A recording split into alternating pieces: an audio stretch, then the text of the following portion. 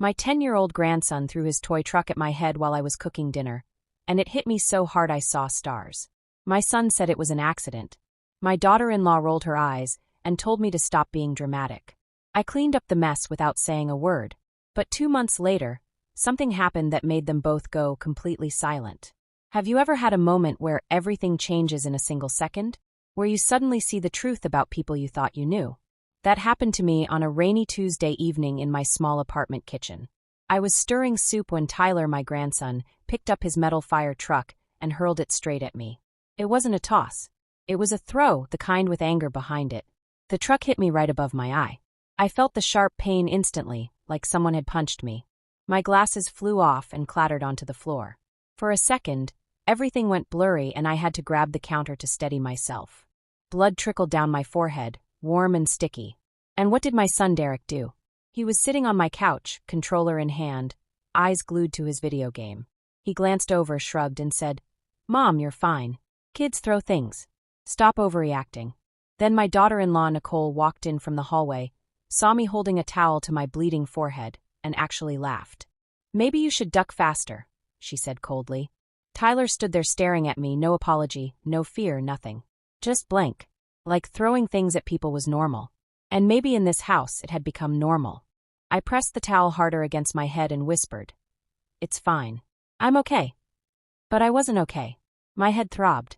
My heart felt heavy, like something inside me had broken that couldn't be fixed. I walked slowly to the bathroom, avoiding the mirror because I didn't want to see how bad it looked. I heard them behind me, laughing about something on TV, totally unbothered. And that's when I realized something painful. I wasn't their family anymore. I was just someone they used. Someone to watch Tyler when they wanted to go out. Someone to cook meals and do laundry. Someone they could ignore and disrespect, because I never fought back. I sat on the edge of the bathtub, holding that bloody towel, and I thought about how I got here. After my husband James died 3 years ago, I felt so alone. Derek invited me to move into their second bedroom. "We need you, Mom," he'd said. But really, they just needed free help. Over time, I became invisible. My opinions didn't matter. My feelings didn't count.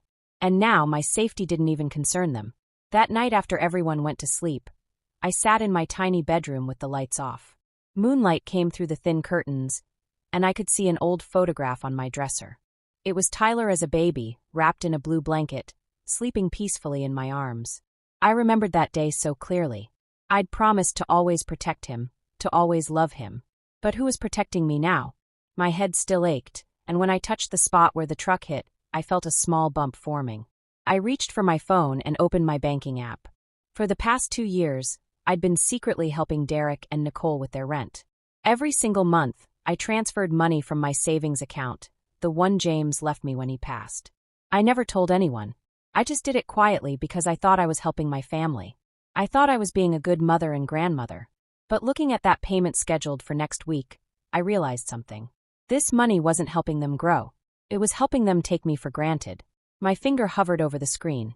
My heart pounded so loud I could hear it in my ears. James always used to tell me, "Dorothy, you teach people how to treat you by what you accept." I'd accepted so much. Too much.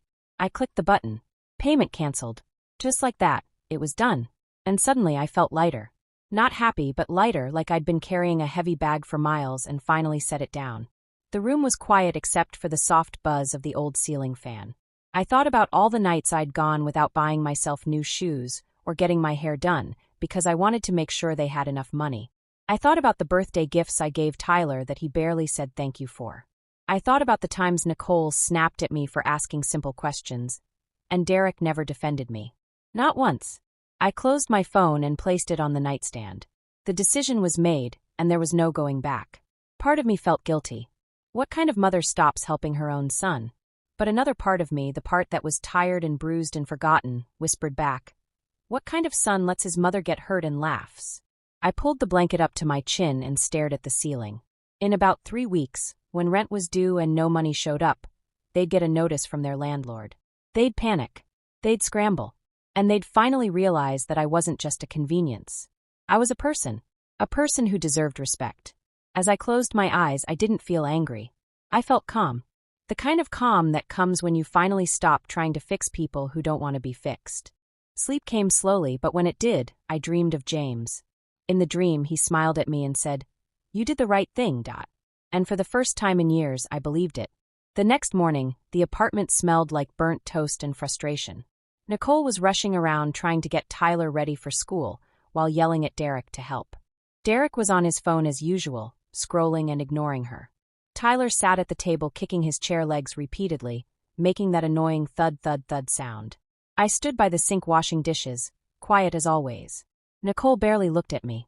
"Can you take Tyler to the bus stop?" she asked, not really asking. I dried my hands and nodded. "Sure." My voice was calm, but my mind was racing. They had no idea what was coming. No clue. Over the next few days, I watched them closely. Really closely. I noticed how Nicole talked to Tyler like he was a little prince who could do no wrong.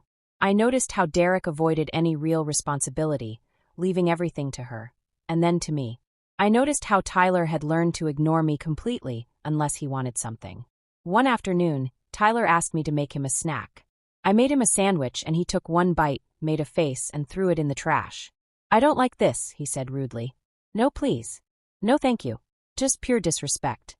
I stood there staring at the sandwich in the trash, and something clicked.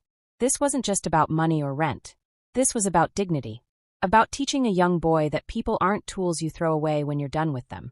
Later that evening, Nicole came home complaining about work. She tossed her purse on the couch and sighed dramatically. "I'm so tired of everything," she whined. Then she looked at me. "Did you fold the laundry?" I shook my head.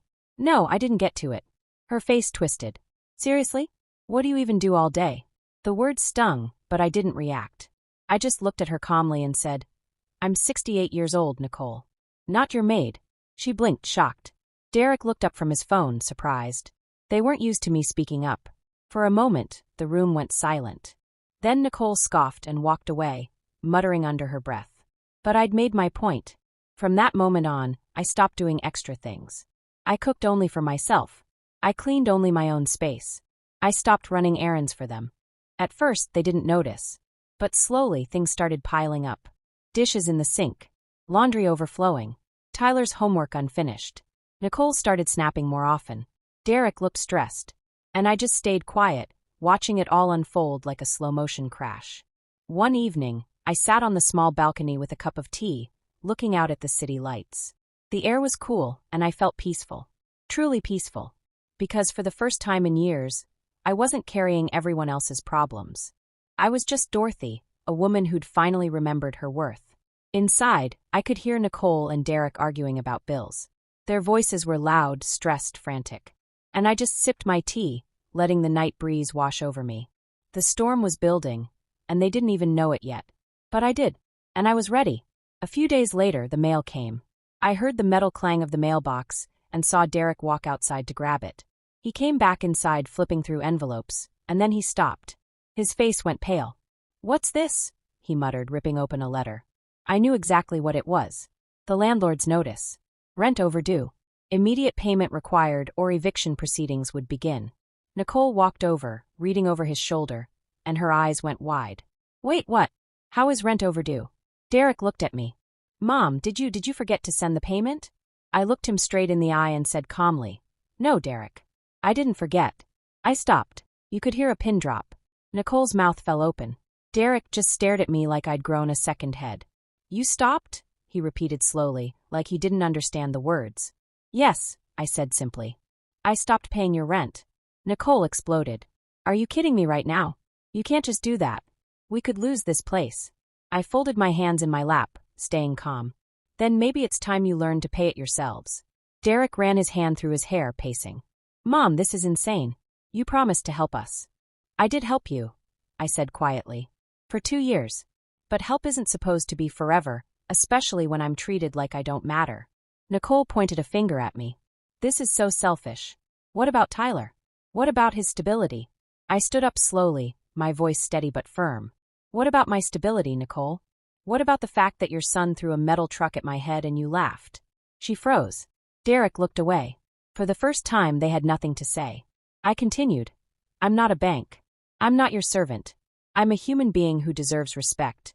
And if you can't give me that, then I can't keep giving you everything I have." The silence was deafening. Tyler walked into the room, sensing the tension. "What's happening?" he asked softly. Derek crouched down and tried to explain, but his voice cracked. "Buddy, we might have to move soon." Tyler's eyes filled with tears. "Why?" "Because," Derek said, glancing at me, "things are changing." My heart ached seeing Tyler upset. I didn't want to hurt him, but I also knew that protecting him from consequences wasn't love. It was enabling. Later that night, I heard them arguing in their bedroom. Nicole was crying. Derek was frustrated. And somewhere in all that chaos, I hoped they were finally learning. The next morning, Derek knocked on my door. He looked exhausted, eyes red like he hadn't slept. "Mom," he said quietly, "I'm sorry. I didn't realize how badly we were treating you." I nodded, accepting his words but not rushing to forgive. "Thank you for saying that," I replied. He hesitated, then asked, "Is there any way you'd reconsider? Just until we get back on our feet?" I shook my head. "No, Derek. You need to stand on your own feet now. That's what being an adult means." He looked heartbroken but didn't argue. He just nodded and walked away. Over the following weeks, things changed. Slowly, but they changed. Derek picked up extra shifts at work. Nicole started budgeting carefully. They stopped going out every weekend. They started cooking at home. And Tyler, he started doing small chores without being asked. One Saturday morning, Tyler came to me holding a drawing. "Grandma, I made this for you," he said shyly. It was a picture of the two of us holding hands under a rainbow. At the bottom, he'd written in wobbly letters, "I'm sorry." Tears filled my eyes. "Thank you, sweetheart," I whispered, pulling him into a hug. "I'm sorry I threw the truck at you," he said, his little voice trembling. "I didn't mean to hurt you." "I know, baby," I said softly. "And I forgive you. But we all have to be kinder to each other, okay?" He nodded, burying his face in my shoulder. That moment right there was worth everything. Because this was real growth. Not forced, not fake, but real. Slowly, the tension in the apartment eased. Conversations became softer. Smiles came back. Nicole even thanked me one day for making dinner, something she'd never done before. Derek started spending more time with Tyler, playing games and reading bedtime stories. And Tyler, my sweet boy, started treating me with kindness again. He'd sit with me in the mornings while I had my tea, telling me about school and his friends. One evening, as I sat on the balcony watching the sunset, Derek came out and sat beside me. "Mom," he said quietly, "I've been thinking a lot. About how we treated you. About how I let things get so bad." I stayed silent, letting him speak. "I got so caught up in my own stress that I forgot you're not just my mom. You're a person with feelings. And I'm really, truly sorry." I reached over and squeezed his hand. "I appreciate that, Derek. More than you know." He nodded, eyes glistening. "We're going to do better. I promise." And he did. They all did. Over the next few months, I watched my family transform. They learned to budget. They learned to work together. They learned to appreciate the small things. And most importantly, they learned to respect me. Not because I demanded it, but because I showed them what happens when you don't. I didn't move out. I stayed. But this time, I stayed as family, not as free labor. The apartment felt different now.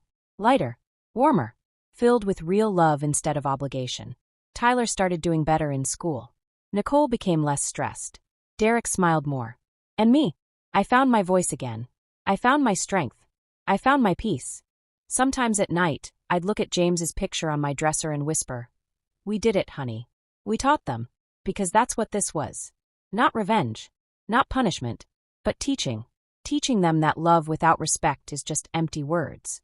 And respect can't be demanded. It has to be earned. Every morning now, Tyler gives me a hug before school. Every evening, Nicole asks if I need anything.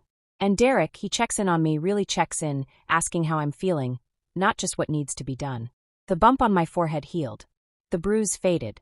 But the lesson stayed. One Sunday afternoon, we all sat together in the living room. Tyler was drawing, Derek was reading, Nicole was doing a puzzle, and I was knitting.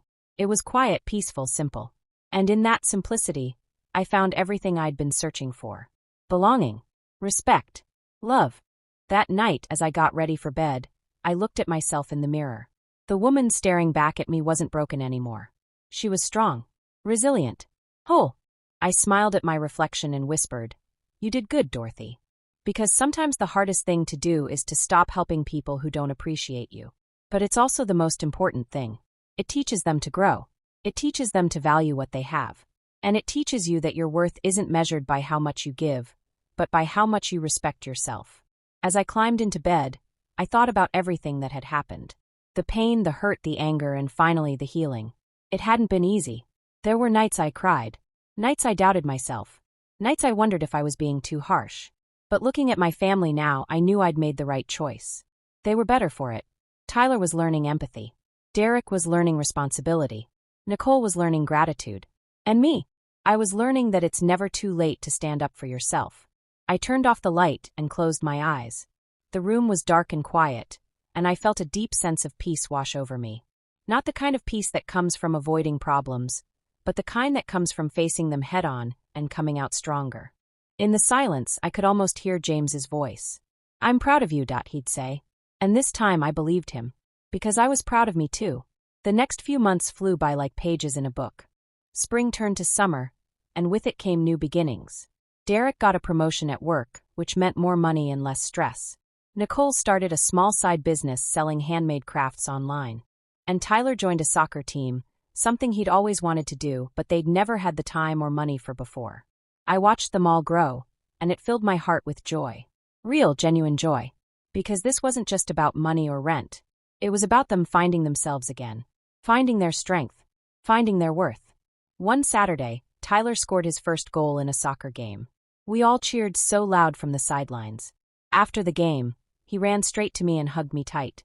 "Did you see, Grandma? Did you see?" "I saw, sweetheart," I said, tears streaming down my cheeks. "I saw, and I'm so proud of you." Derek put his arm around my shoulder. "Thanks for coming, Mom. It means everything to him. To all of us." I looked up at my son, this man I'd raised, and I saw something I hadn't seen in years. Gratitude. Respect. Love. "I wouldn't miss it for the world," I said softly. That evening, we all went out for pizza.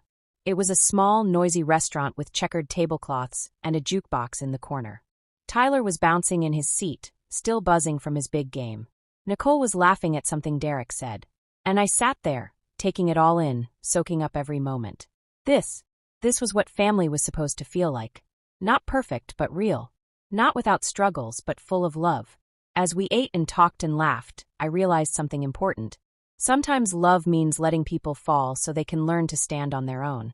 It's not easy. It hurts. But it's necessary. Because when you're always there to catch them, they never learn to catch themselves.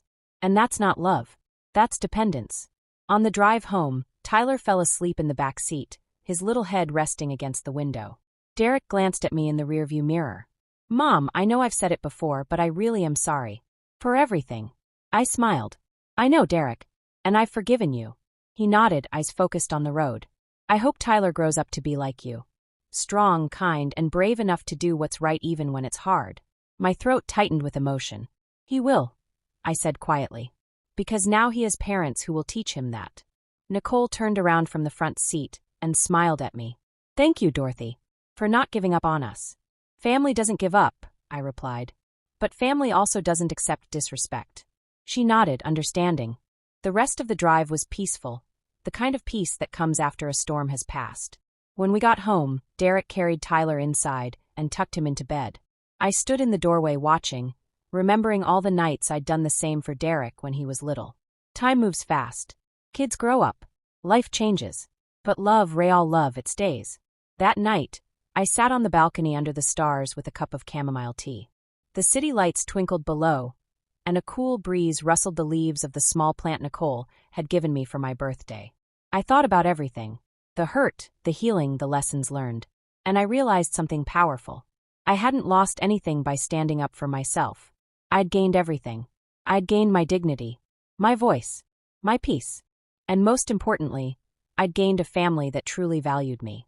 Not for what I could give them, but for who I was. A few weeks later, Tyler had a school project about heroes. He had to write about someone he admired and why. One evening, he came to me with his notebook. "Grandma, can I interview you?" he asked. "Me?" I said, surprised. "Why me?" "Because you're my hero," he said simply. My eyes filled with tears. "Oh, sweetheart, what makes you say that?" He thought for a moment, then said, "Because you're strong. And you taught us to be better." I pulled him close and kissed the top of his head. "And you, my darling boy, are learning so well." We sat together for an hour while he asked me questions about my life, my childhood, my dreams. And I answered each one honestly, sharing stories I'd never shared before.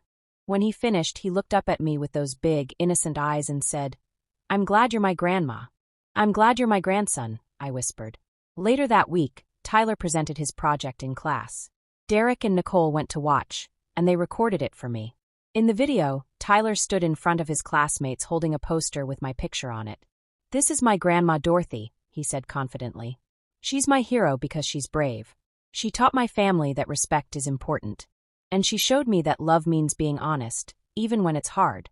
I watched that video over and over, tears streaming down my face every single time. Because this was proof that change was real. That growth was possible. That standing up for yourself doesn't make you mean. It makes you strong. As summer faded into fall, life settled into a beautiful rhythm. We had family dinners every Sunday.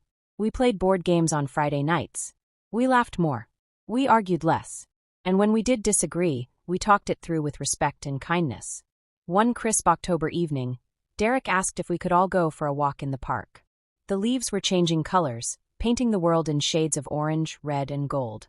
We